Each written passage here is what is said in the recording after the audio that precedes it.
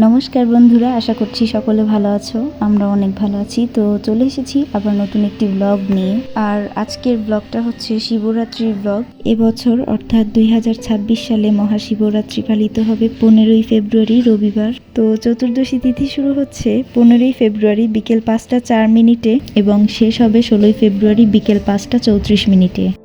যাই হোক, আমি আর বাবা গেছিলাম একটু বাজারে, কারণ পূজার জন্য কিছু জিনিস আনা লাগতো তাই। আর এদিকে মন্দির সাজানোটা কেমন হয়েছে সেটা তোমরা অবশ্যই বলবা। তো পূজা শেষ করে বিকেলবেলা গেছিলাম একটু ছাদে একটা ডান্স ভিডিও করার জন্য। আর এই ডান্স ভিডিওটা কিন্তু আপলোড দিয়ে দিছি, অবশ্যই তোমরা দেখবা আমার আরেকটা চ্যানেলে, যেটাতে আমি ডান্স ভিডিও আপলোড করি। যাই হোক, ভিডিওটা করার পরে সাথে সাথে আমরা বাসায় এসে আবার রেডি হই মন্দিরে যাওয়ার জন্য।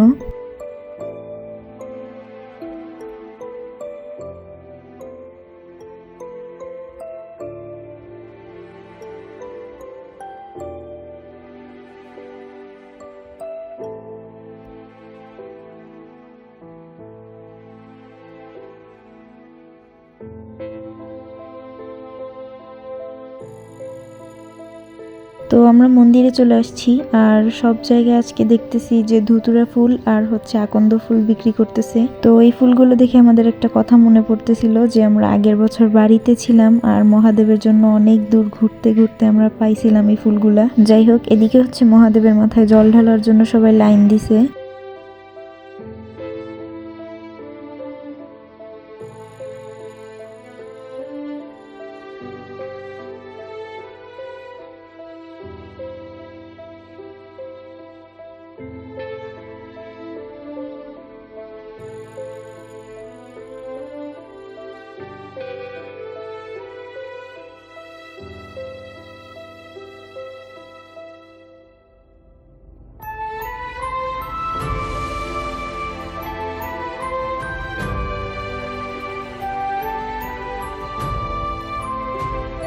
একটু ক্যামেরার সামনে এখন ডং করে অনেকক্ষণ বাইরে ছিলাম। না সর এখান থেকে। এই পাশে আয় তুই।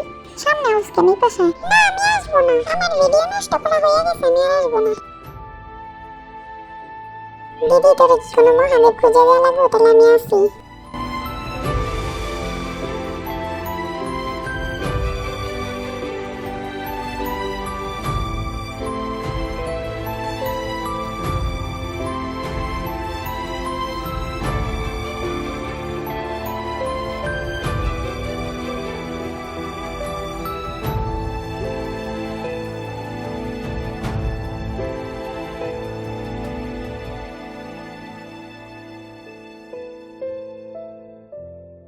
যাই হোক, এরপর আমরা এখান থেকে মহাদেবের প্রসাদ নিলাম, কিন্তু আমরা প্রসাদ গ্রহণ করি নাই, কারণ আমরা নির্জলা উপবাস রাখছি।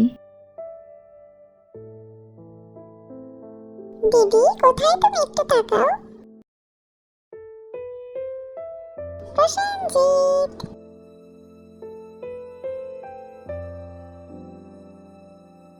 তো গাইস, এখানে কিন্তু বারবার কারেন্ট চলে যাইতেছিল, তাই আমরা সবাই লাইট দিয়ে এক একজনের মুখ দেখতেছিলাম যে আমাদের মধ্যে কেউ আবার চুরি হয়ে গেছে নাকি। যে নাতার চেহারা নাম রাখছে পেয়ারা, ওরা নাকি এই চুরি।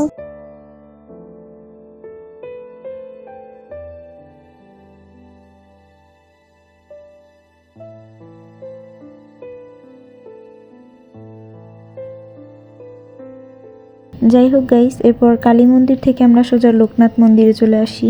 আর সবচেয়ে মজার ব্যাপার হচ্ছে এখানে আমার বন্ধুরা চলে আসছে, এই যে। তো মন্দিরে ঘোরাঘুরি করার পর আমরা বাসায় চলে আসি। আর বাসায় আসার পর আমি ছোট একটা আলপনা দেই, তারপরে একটা আসন পেতে খুব সুন্দর করে ফুল দিয়ে সাজাইয়া রাখছি। আর এদিকে একটা বাটিতে পঞ্চামৃত বানানোর জন্য দই, ঘি, চিনি, মধু আর দুধ নিয়ে নিতেছি।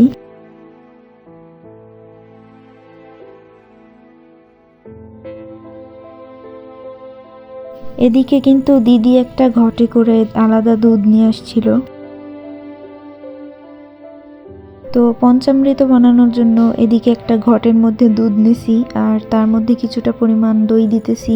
দই দেওয়ার পর এটার মধ্যে ঘি দিয়ে দিতেছি।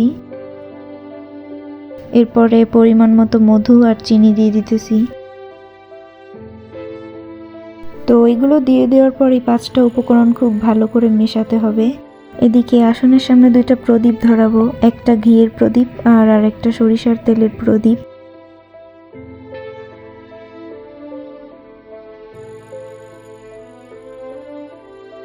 পূজায় নারিকেলের খোসা বা শুকনো আঁশযুক্ত অংশ পুড়িয়ে ফেলা হয়, কারণ এটি মানুষের অহংকার, কামনা বাসনা ও জাগতিক শক্তির প্রতীক। শক্ত খোলস ভাঙা অহংকার বিসর্জন এবং ভেতরের সাদা অংশটি শুদ্ধ মন বা আত্মার শুদ্ধতাকে নির্দেশ করে, যা ঈশ্বরের চরণে অর্পিত করা হয়। আবার অনেকেই বিশ্বাস করে যে নারিকেলের খোসায় ধূপ দিলে ঘরের পরিবেশ শুদ্ধ ও পবিত্র হয়। যাই হোক, এদিকে আমরা পূজা শুরু করব, তাই পূজার সব জিনিসের মধ্যে একটু গঙ্গা জল ছিটিয়ে দিলাম।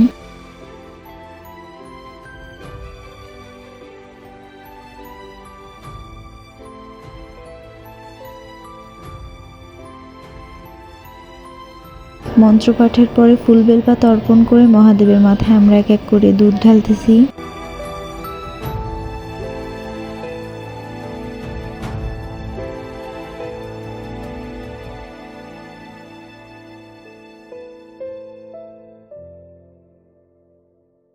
শুধু দুধ ঢালার পরে আমরা যে পঞ্চামৃতটা তৈরি করছিলাম সেটা দিয়ে স্নান করিয়েছি, তারপরে ডাবের জল এবং সবশেষে গঙ্গা জল দিয়ে স্নান করাইতে হবে। স্নানের পরে যে দুধ ছিল সেগুলা গাছের নিচে ফেলে আবার মহাদেবকে এখানে সাজানো হলো ফুল দিয়ে, আর এখানে আমরা মহাদেবকে তার প্রিয় ফুল অর্পিত করলাম।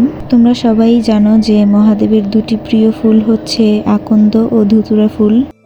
যাই হোক, শিব পুরাণ অনুসারে মহাশিবরাত্রি বা শিবের কোনো পূজায় শঙ্খ বাজানো বা শঙ্খে জল অর্পণ করা উচিত নয়, তাই শঙ্খের পরিবর্তে শিবরাত্রিতে ঘণ্টা বা অন্যান্য বাদ্যযন্ত্র ব্যবহার করা যেতে পারে।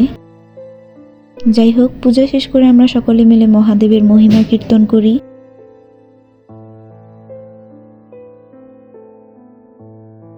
যাই হোক গাইস, এটা হচ্ছে তার পরের দিন, অর্থাৎ পারণের সময়।